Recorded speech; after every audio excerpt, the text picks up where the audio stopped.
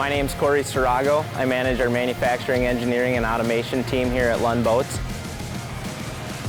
Today we're going to look at some of our newest advanced manufacturing strategies that allow us to add automation into our process. We add flotational foam to all of our hulls today in most of the cavities that live below the floor and casting platforms of your hulls. The foam is an AB style, which when mixed together chemically react and expand to take up any space it's given.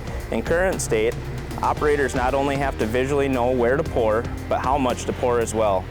We never want to underfill, so the result is some waste that expands through the top of each cavity that we both have to trim and throw away. This new foam controller helps address all of these issues by acting as both a work instruction for the operator on where to pour, as well as knowing how much foam to put into each shot.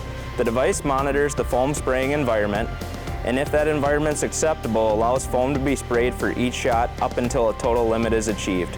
Those totals are able to be set by us so that an operator no longer has to worry about underfilling or overfilling. They'll know exactly when the shot is done so that there's the least amount of waste possible.